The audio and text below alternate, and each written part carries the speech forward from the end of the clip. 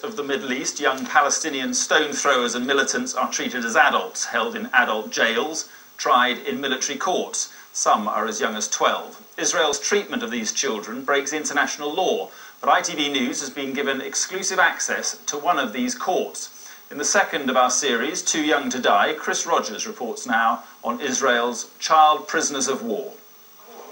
The child's crime of hate. The parent's sense of loss. The state's illegal child prisoners of war. Every 12 hours, a Palestinian child is arrested. In the last 6 years, 5,200 have been imprisoned by Israel. Their crimes, defiance against the state they blame for their misery. They are provoked and encouraged to retaliate, children as young as 8, full of anger. But is putting them behind bars the route to peace, or yet more hatred? These are the pictures children draw here. Soldiers with guns, barbed wire, prison bars and rats. This is 13-year-old Yusuf's underground cell and the outside area, where he spent just 30 minutes a day. They stamped on my neck when they arrested me. They said my father is a militant and I must pay for his crimes.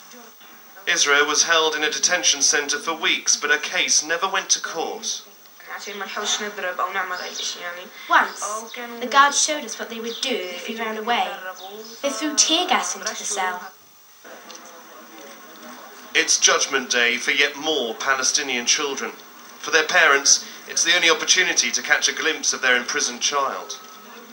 For Kafaya, the hours hemmed behind barbed wire, waiting to go inside the military court, is nothing compared to the 3-month wait to see her 15-year-old daughter.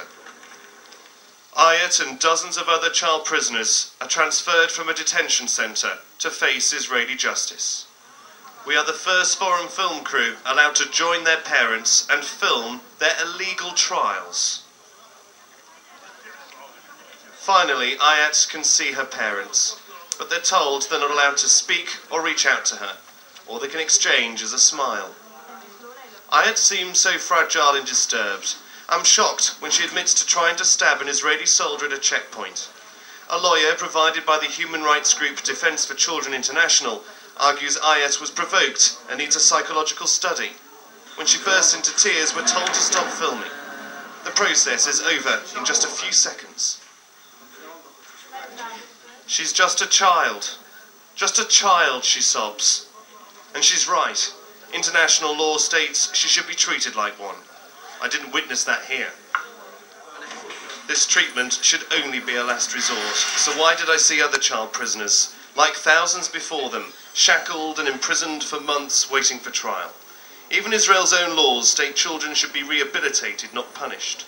Under international law, they should be tried in a juvenile system.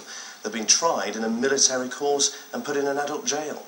I most definitely think that these are things that Israel needs to address. We have certainly gone forward over the years. We're not in the same situation that we used to be.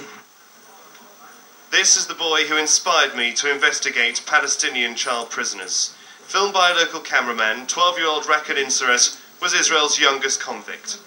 He was sentenced to 6 months in jail after a 2-year trial. After 2 attempts to kill himself in his cell, the Israeli authorities released Rakan. As Rakan made his way down this road to a remote Israeli military checkpoint, he was fired upon several times and killed. He wasn't armed, and he wasn't carrying explosives. Only Rakan will know why he waved around what turned out to be a cigarette lighter in the shape of a gun. His mother believes he provoked his own death.